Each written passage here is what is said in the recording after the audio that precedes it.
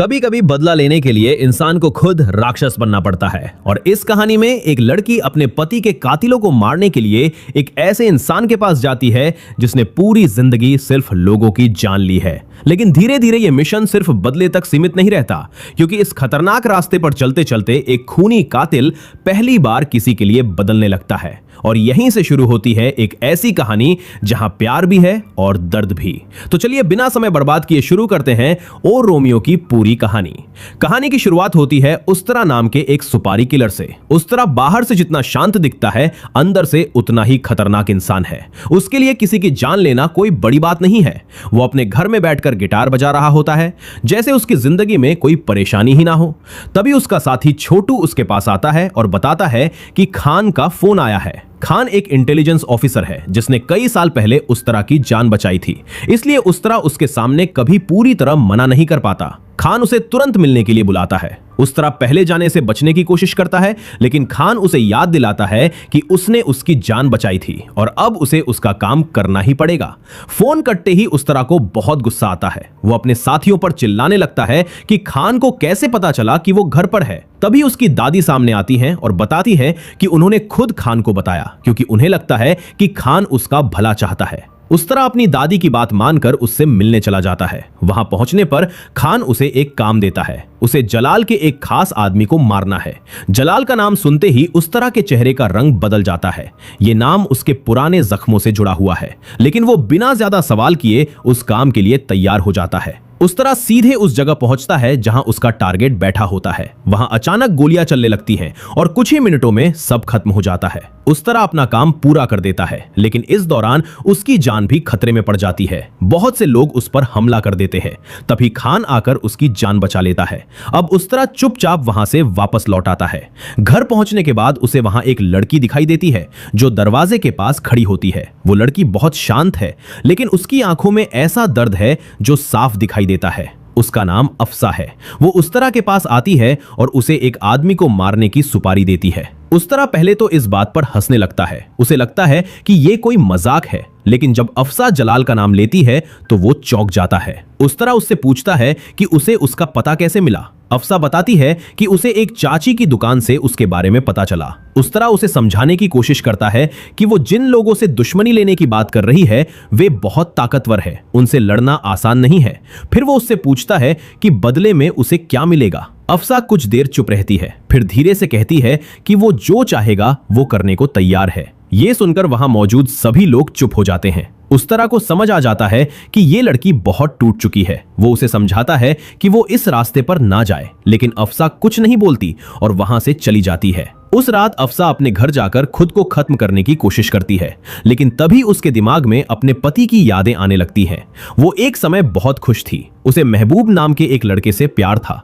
दोनों ने शादी भी कर ली थी, लेकिन उनकी जिंदगी ज्यादा समय तक खुश नहीं रह पाई। महबूब जल्दी पैसे कमाने के चक्कर में गलत लोगों के साथ काम करने लगा। उसने सोचा कि वो जल्दी पैसे कमा लेगा और अपनी पत्नी को अच्छी जिंदगी देगा, लेकिन उसे नहीं पता था कि वो किस जाल में फंस चुका है। एक दिन जब उसने ये काम छोड़ने का फैसला किया, उसी दिन उसकी बेरहमी से हत्या कर दी गई। कोर्ट में केस चला, लेकिन वहां भी सच्चाई सामने नहीं आई। महबूब को ही गलत साबित कर दिया गया और उसकी मौत को सही बता दिया गया। उसी दिन अफससा के अंदर कुछ टूट गया और उसी दिन उसने फैसला कर लिया कि वो उन सभी लोगों से बदला लेकर रहेगी जिन्होंने उसकी जिंदगी बर्बाद की। अब उसके पास जीने की सिर्फ एक ही वजह थी और वो थी सिर्फ बदला। लेकिन सवाल ये था कि क्या वो अकेले इतना बड़ा बदला ले पाएगी और क्या उस्तरा उसकी मदद करेगा, या फिर ये रास्ता दोनों की जिंदगी खत्म कर देगा। यहीं से इस कहानी की असली शुरुआत होती है। अफसा के जाने के बाद भी उस्तरा के दिमाग में उसकी बातें घूमती रहती है। वो ऊपर से कितना भी कठोर क्यों ना दिखता हो, लेकिन अंदर से वो समझ चुका होता है कि उस लड़की के अंदर कितना दर्द छुपा है। वो कई बार अपने आप से पूछता है कि आखिर कोई लड़की इतनी बड़ी दुश्मनी क्यों लेगी जब तक कि उसके साथ कुछ बहुत बुरा ना हुआ हो। अगले दिन सुबह जब उस्तरा अपने घर की छत पर टहल रहा होता है, उसकी नजर नीचे सड़क पर पड़ती है। वो देखता है कि आफसा वही बैठी हुई है, उसके घर की तरफ देख रही है, जैसे उसे कहीं और जाना ही नहीं है। छोटू उसे बताता है कि वो सुबह से वहीं बैठी है और कुछ भी खा पी नहीं रही। उस्तरा पहले तो उसे नजरअंदाज करने को कहता है और बोलता है कि थक कर खुद ही चली जाएगी, लेकिन शाम तक जब वो वहीं बैठी रहती है तो उसे समझ आ जाता है कि ये लड़की इतनी आसानी से हार मानने वाली नहीं है। इसी बीच उस्तरा को एक जगह जाना पड़ता है जहां उसे कुछ लोगों से मिलना होता है। वहां डांस और पार्टी चल रही होती है, लेकिन उसका मन कहीं और लगा होता है। बार बार उसके दिमाग में वही लड़की घूम रही होती है जो उसके घर के बाहर बैठी है। जब वो रात को वापस लौटता है तो देखता है कि आफसा अभी भी वहीं बैठी हुई है। अब वो छोटू से कहता है कि उसे अंदर ले आओ। आफसा अंदर आती है। उसके चेहरे पर थकान साफ दिख रही होती है, लेकिन उसकी आंखों में अभी भी वही जिद होती है। उस्तरा उससे कहता है कि जिसका नाम तुमने लिया था वो फिर से बताओ। आफसा कहती है कि वो जलाल को मारना चाहती है। ये सुनकर वहां बैठे सभी लोग हंसने लगते हैं। उन्हें लगता है कि ये लड़की पागल हो गई है जो इतने बड़े लोगों से दुश्मनी लेने की बात कर रही है। उस तरह उसे गंभीरता से समझाता है कि जलाल कोई आम आदमी नहीं है। अगर उसे पता चल गया कि तुम उसके खिलाफ कुछ कर रही हो तो वो तुम्हें जिंदा नहीं छोड़ेगा। आफसा बिना डरे कहती है कि उसे मरने से डर नहीं लगता। उस तरह उससे पूछता है कि क्या उसने कभी बंदूक चलाई है। वो धीरे से सिर हिला देती है कि नहीं। तब उस तरह कहता है कि किसी की जान लेना आसान नहीं होता। ये सिर्फ गुस्से से नहीं होता, इसके लिए हिम्मत चाहिए, दिल चाहिए और सब कुछ खो देने की तैयारी चाहिए। आफसा उसकी टेबल पर रखी बंदूक की तरफ देखती है और पूछती है कि क्या वो उसे चलाना सिखाएगा। उस तरह थोड़ी देर तक उसे देखता रहता है, फिर पूछता है कि बदले में उसे क्या मिलेगा। आफसा कुछ देर चुप रहती है। उसकी आंखों में आंसू आ जाते हैं। वो टूटे हुए शब्दों में कहती है कि वो जो चाहेगा वो करने को तैयार है। उस तरह को पहली बार महसूस होता है कि ये लड़की कितनी मजबूर है। वो उसे रोकता है और कहता है कि वो गलत रास्ते पर जा रही है। वो उसे वापस घर जाने को कहता है और कहता है कि अभी भी समय है। आफसा चुपचाप वहां से चली जाती है, लेकिन अब उस तरह के अंदर कुछ बदल चुका होता है। उसे पहली बार लगता है कि शायद ये लड़की सच में बहुत बड़ा दर्द झेल चुकी है। कुछ दिन बाद आफसा फिर से वहां आती है। इस बार उस तरह उसे बाहर नहीं बैठने देता। वो उसे अंदर बुला लेता है। धीरे धीरे वो उसके घर में रहने लगती है। शुरुआत में सब लोग उसे अजीब नजरों से देखते हैं, लेकिन उस तरह उसे रहने देता है। वो उसे बंदूक पकड़ना सिखाता है, निशाना लगाना सिखाता है और ये भी सिखाता है कि डर को कैसे काबू में रखा जाता है। आफसा हर दिन थोड़ी थोड़ी मजबूत होने लगती है, लेकिन उसके अंदर का दर्द अभी भी वैसा ही रहता है। एक दिन उस तरह उससे उसके पति के बारे में पूछता है। आफसा पहली बार खुलकर रो पड़ती है और अपने पति महबूब के साथ जो जो हुआ वो सब बताती है कि कैसे जलाल और उसके लोगों ने उसे मार डाला। आफसा की आवाज कांपने लगती है। वो बताती है कि वे आज भी खुले घूम रहे हैं। उस तरह चुपचाप उसकी बातें सुनता रहता है। उसे पहली बार लगता है कि इस लड़की का गुस्सा सही है। अब ये सिर्फ एक सुपारी नहीं रही, ये एक इंसाफ की लड़ाई बन चुकी है। दिन बीतते जाते हैं और आफसा धीरे धीरे घर के माहौल का हिस्सा बन जाती है। वो खाना बनाने में मदद करती है, लोगों से बात करती है और कभी कभी गाना भी गुनगुनाती है। उसकी आवाज इतनी मधुर होती है कि उस तरह भी चुपचाप सुनता रहता है। वो उससे पूछता है कि उसने गाना कहां सीखा। आफसा बताती है कि उसके पिता ने सिखाया। उस तरह पहली बार मुस्कुराता है। वो उसे अपने बारे में भी बताता है। वो कहता है कि जब वो छोटा था तो उसके पिता को किसी ने उसके सामने मार दिया था। उसी दिन उसने ठान लिया था कि वो कमजोर नहीं बनेगा। उस दिन के बाद उसकी जिंदगी बदल गई। उसने पहली बार किसी की जान ली और फिर वो उसी रास्ते पर चलता चला गया। यहीं से उसका नाम उस तरह पड़ गया। अफसा उसकी बात ध्यान से सुनती है। दोनों के बीच एक अजीब सा रिश्ता बनने लगता है, ना दोस्ती ना प्यार, लेकिन एक ऐसा जुड़ाव जो दोनों को समझ में आता है। लेकिन कहानी यही नहीं रुकती, क्योंकि जिन लोगों से अफसा बदला लेना चाहती है वे भी अब हरकत में आने वाले थे और आने वाले दिनों में जो होने वाला था वो इन दोनों की जिंदगी हमेशा के लिए बदलने वाला था। समय धीरे धीरे बीत रहा होता है और अब अफसा पहले से कहीं ज्यादा मजबूत दिखने लगी होती है। उस तरह उसे हर दिन नई नई चीजें सिखाता है, लेकिन सबसे ज्यादा वो उसे अपने डर पर काबू करना सिखा रहा होता है, क्योंकि उसे पता है कि अगर दिल डर गया तो हाथ कभी ट्रिगर नहीं दबा पाएगा। अब अफसा पहले जैसी डरी हुई लड़की नहीं रही, इसलिए एक दिन मौका देखकर अफसा अकेले ही अपने पहले टारगेट को मारने निकल जाती है। उसे पता होता है कि इंस्पेक्टर पाथरे एक खास जगह पर आने वाला है। वो चुपचाप वहां बैठकर उसका इंतजार करने लगती है। उसके हाथ में उस तरह की बंदूक होती है और दिल बहुत तेज धड़क रहा होता है। जैसे ही इंस्पेक्टर वहां पहुंचता है, अफसा उसके पास जाने लगती है। वो बंदूक निकालकर उसे मारना चाहती है, लेकिन उसी समय उसकी टक्कर एक वेटर से हो जाती है और चाय गिर जाती है। इतने में इंस्पेक्टर वहां से निकल जाता है और उसका पहला मौका हाथ से चला जाता है। अफसा परेशान हो जाती है। उसे लगता है कि शायद वो ये सब नहीं कर पाएगी, लेकिन तभी वो देखती है कि एक आदमी टॉयलेट की तरफ जा रहा है। ये वही आदमी था जिसने कोर्ट में उसके पति को अपराधी साबित किया था। अफसा उसके पीछे चली जाती है। वो बंदूक निकालकर उसके सामने खड़ी हो जाती है, लेकिन वो आदमी चालाक होता है। वो अफसा को बातों में उलझाकर उस पर हमला कर देता है। फिर वो उसे मारने ही वाला होता है कि तभी पीछे से उस्तरा आ जाता है। उस्तरा एक ही पल में उसे खत्म कर देता है और अफसा की जान बच जाती है। अफसा कांप रही होती है। ये पहली बार था जब वो इतने करीब से मौत के सामने खड़ी हुई थी। उस्तरा उसे डांटता नहीं, बल्कि शांत होकर कहता है कि किसी की जान लेना इतना आसान नहीं होता। सिर्फ गुस्से से कुछ नहीं होता, इसके लिए दिल को पत्थर बनाना पड़ता है। वो उसे अपने साथ वापस घर ले आता है। अब मामला और बड़ा हो चुका होता है। एक बड़ा वकील मारा जा चुका था और शहर में हलचल मचने लगती है। खान को भी इस बात की खबर मिलती है। वो उस्तरा को फोन करके कहता है कि अब सब संभल कर करना होगा, क्योंकि अब सबकी नजर उस पर है। उस्तरा को भी एहसास हो जाता है कि अब पीछे हटने का रास्ता नहीं है। इसी बीच अफसा घायल हो जाती है। उस्तरा उसे अपने घर पर ही रहने देता है ताकि वो ठीक हो सके। घर के बाकी लोग भी अब उसे अपनाने लगते हैं। छोटू तो उसे अपनी बहन जैसा मानने लगता है। दिन बीतते जाते हैं और अफसा धीरे धीरे ठीक होने लगती है। वो अब घर के माहौल में घुलने लगती है। अफसा उस्तरा के साथ कैरम खेलती है और फिर जीत भी जाती है, जिसे देखकर सब हैरान भी है और बहुत खुश भी।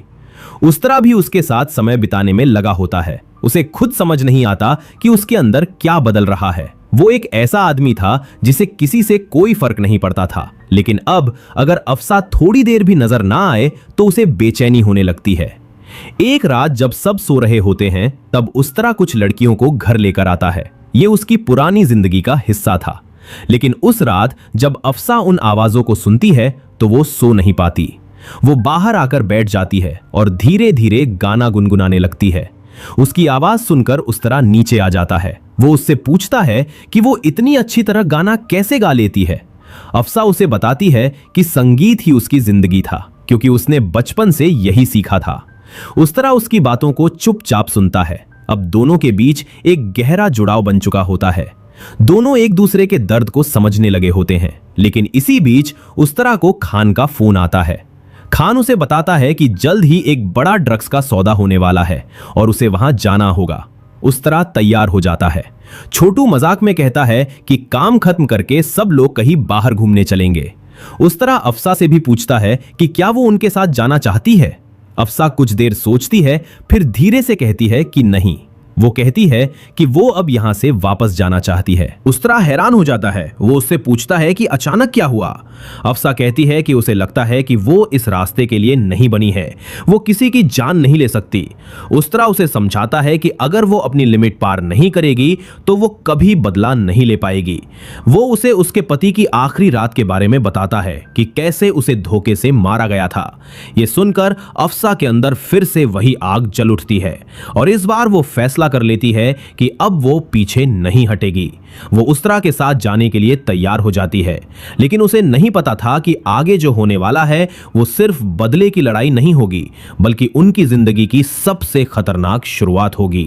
अब कहानी यहां से और ज्यादा खतरनाक मोड़ लेने लगती है। उस्तरा और उसके साथी एक बड़े मिशन के लिए निकलते हैं, जहां उन्हें जलाल के लोगों के खिलाफ काम करना होता है। रास्ते में सब कुछ सामान्य लगता है, लेकिन खतरा हर पल उनके आसपास घूम रहा होता है। जैसे ही वे लोग अपने रास्ते पर आगे बढ़ रहे होते हैं, अचानक उन पर हमला हो जाता है। जलाल के लोगों को शायद पहले से खबर मिल चुकी होती है। चारों तरफ गोलियां चलने लगती हैं। उस्तरा के कई साथी घायल हो जाते हैं और कुछ वहीं मारे भी जाते हैं। अफसा पहली बार इतनी बड़ी फायरिंग देख रही होती है। उसका दिल बहुत तेज धड़क रहा होता है, लेकिन वो खुद को संभालने की कोशिश करती है। उस्तरा उसे छुपने को कहता है और खुद सामने से लड़ता है। इसी बीच कुछ लोग उस्तरा को पकड़ लेते हैं। उसे बांध दिया जाता है और जलाल तक खबर पहुंचाई जाती है कि उनका दुश्मन आखिरकार उनके हाथ लग गया है। जलाल बहुत समय से इसी पल का इंतजार कर रहा होता है। वो गुस्से में कहता है कि आज वो उस्तरा को ऐसी मौत देगा जिसे वो कभी भूल नहीं पाएगा। लेकिन उधर अफसा हार नहीं मानती। वो छिपते छिपाते वहां पहुंचती है जहां उस्तरा को कैद करके रखा गया होता है। वो हिम्मत जुटाकर फायरिंग करती है और किसी तरह उस्तरा को छुड़ा लेती है। दोनों मुश्किल से वहां से बचकर निकलते हैं। इस लड़ाई में उस्तरा के कई साथी मारे जा चुके होते हैं। ये देखकर अफसा को बहुत बुरा लगता है। उसे लगता है कि उसकी वजह से इतने लोग मारे गए। उसे यह भी महसूस होने लगता है कि वो उस्तरा के और करीब आ चुकी है। वो उससे दूर रहना चाहती है क्योंकि उसे डर है कि कहीं उसकी वजह से उस्तरा की जान भी खतरे में ना पड़ जाए। एक रात जब सब सो रहे होते हैं, अफसा चुपचाप वहां से निकल जाती है बिना किसी को बताए। जब सुबह उस्तरा उठता है और उसे पता चलता है कि अफसा वहां नहीं है तो वो बेचैन हो जाता है। वो छोटू से पूछता है लेकिन किसी को कुछ पता नहीं होता। उस्तरा हर जगह उसे ढूंढने लगता है। दूसरी तरफ अफसा ने एक बड़ा फैसला ले लिया होता है।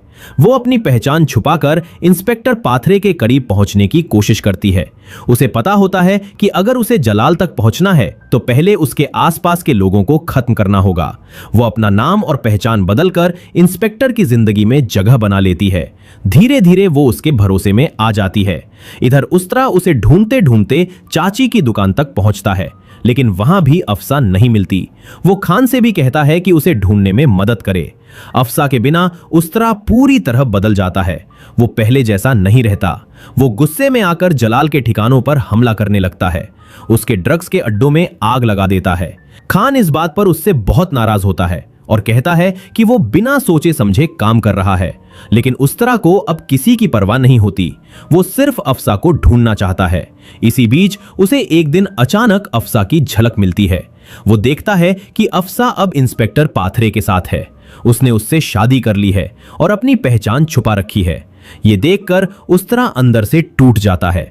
उसे लगता है कि अफसा ने उसे धोखा दिया, लेकिन असल में अफसा ये सब सिर्फ अपने बदले के लिए कर रही होती है।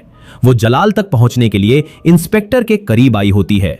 एक दिन मौका देखकर अफसा शंकर नाम के उस आदमी को मार देती है जो उसके पति की मौत में शामिल था।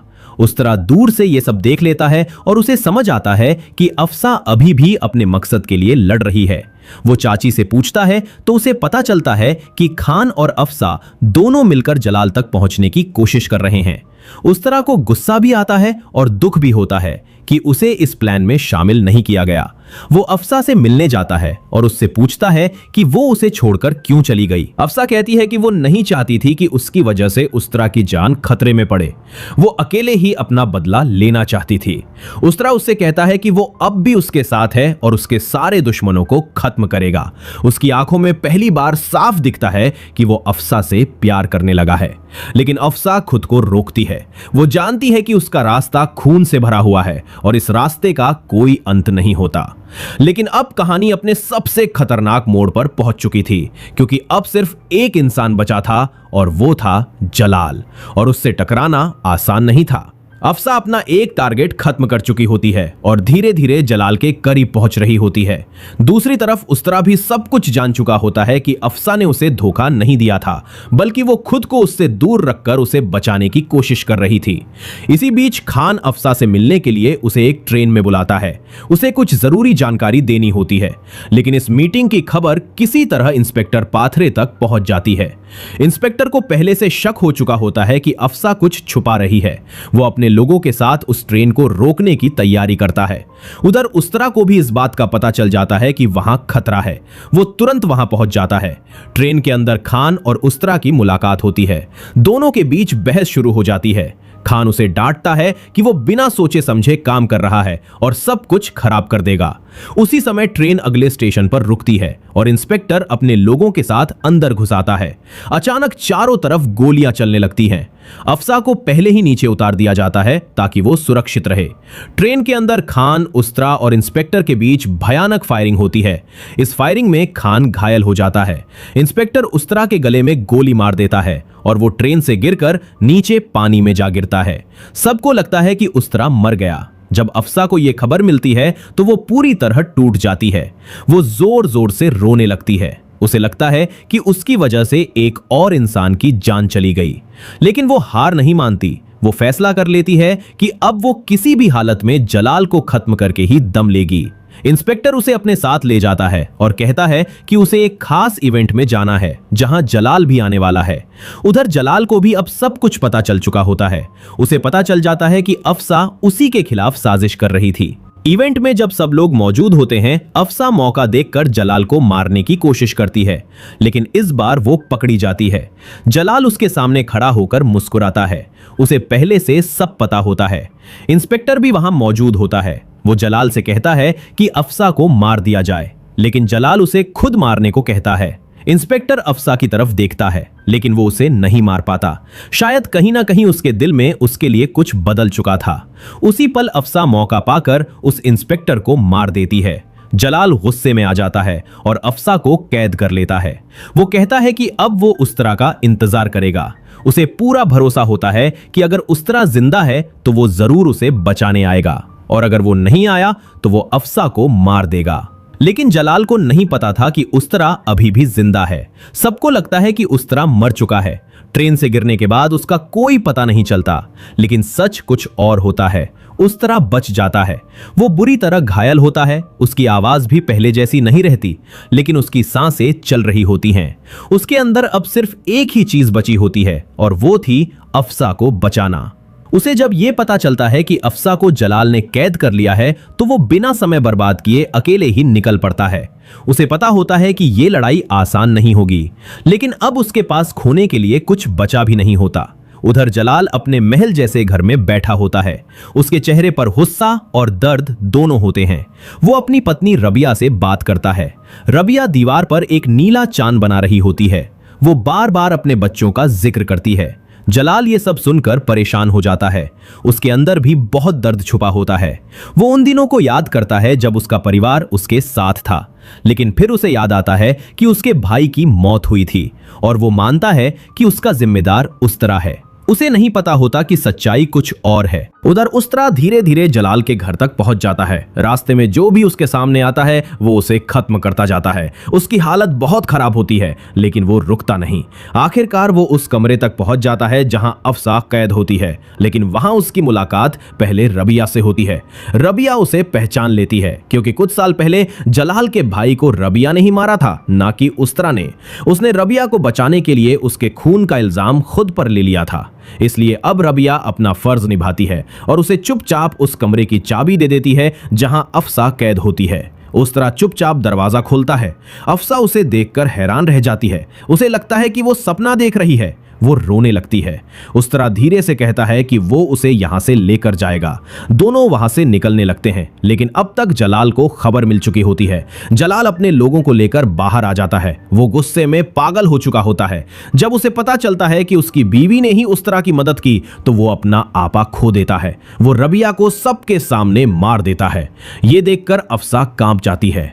अब जलाल पूरी तरह टूट चुका होता है। वो मैदान में खड़ा हो जाता है जहां पहले बैल से लड़ाई होती थी। उसके लिए ये उसकी जिंदगी की आखिरी लड़ाई थी। उस्तरा उसके सामने पहुंचता है। दोनों आमने सामने खड़े होते हैं। कुछ देर तक दोनों सिर्फ एक दूसरे को देखते रहते हैं। जलाल गुस्से में कहता है कि उसने उसके भाई और बच्चे को मारा। उस्तरा उसे सच बताता है कि उसने ऐसा कुछ नहीं किया। असली सच्चाई कुछ और थी, लेकिन अब वो सब मायने नहीं रखता, क्योंकि अब ये लड़ाई खत्म होने वाली थी। दोनों के बीच भयानक लड़ाई शुरू हो जाती है। जलाल बहुत ताकतवर होता है। वो उस्तरा को बुरी तरह घायल कर देता है। उस्तरा जमीन पर गिर जाता है। अफसा चिल्लाने लगती है। कुछ पल के लिए लगता है कि सब खत्म हो गया, लेकिन फिर उस्तरा धीरे धीरे उठता है। उसकी आंखों में अब डर नहीं, सिर्फ गुस्सा होता है।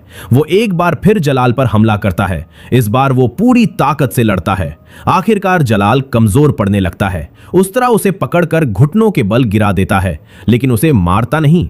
वो तलवार उठाकर अफसा की तरफ बढ़ाता है और कहता है कि ये बदला उसका है। अफसा कांपते हुए आगे बढ़ती है। उसकी आंखों के सामने उसके पति की यादें घूमने लगती हैं। उसकी जिंदगी, उसका प्यार और उसकी मौत। वो पूरी ताकत से तलवार जलाल के सीने में घोंप देती है और जलाल वहीं मर जाता है, और उसी पल उसकी कहानी खत्म हो जाती है। अफसा की आंखों से आंसू बहने लगते हैं। उसका बदला पूरा हो चुका होता है। अब उसके अंदर की आग शांत हो चुकी होती है। कुछ समय बाद सब कुछ बदल जाता है। अफसा अपने पति के नाम से एक संगीत स्कूल खोलती है। वो बच्चों को गाना सिखाती है। वो पहली बार अपनी जिंदगी में शांति महसूस करती है। उस्तरा भी वहां आता है। अब वो पहले जैसा नहीं रहा। उसकी आवाज बदल चुकी होती है। वो अब लोगों की जान लेने वाला कातिल नहीं, बल्कि एक ऐसा इंसान बनना चाहता है जो कुछ अच्छा सीखे। वो संगीत सीखने लगता है। धीरे धीरे उसकी जिंदगी बदलने लगती है। लेकिन कहानी यहां पूरी तरह खत्म नहीं होती। वो खान से मिलने अस्पताल जाता है। खान अभी भी जिंदा होता है। उस तरह उसे बताता है कि उसका काम पूरा हो गया, जलाल मर चुका है। यह सुनकर खान मुस्कुराता है, लेकिन फिर कहता है कि काम अभी खत्म नहीं हुआ। दुनिया में ऐसे कई जलाल हैं और उन सबको खत्म करने का काम अभी बाकी है। वो उसे फिर याद दिलाता है कि उसने उसकी जान बचाई थी, इसलिए जब भी वो कहेगा तो उस्तरा को उसका काम करना होगा। ये सुनकर उस्तरा हंसने लगता है, जैसे वो समझ चुका हो कि उसकी जिंदगी शायद हमेशा इसी रास्ते पर चलती रहेगी। लेकिन इस बार उसके पास जीने की एक वजह थी, और वो है अफसा। तो दोस्तों, यही थी ओ रोमियो की पूरी कहानी। अगर आपको ये वीडियो थोड़ी सी भी पसंद आई हो तो इसे लाइक जरूर करें और चैनल को सब्सक्राइब करके बेल आइकन दबाना ना भूलें, ताकि ऐसी ही नई और दिलचस्प कहानियां आप तक सबसे पहले पहुंचती रहें। आपको ये स्टोरी कैसी लगी और सबसे पावरफुल मोमेंट कौन सा लगा, कमेंट में जरूर बताएं। तो चलिए मिलते हैं नेक्स्ट वीडियो में। तब तक के लिए जय हिंद, गुड बाय।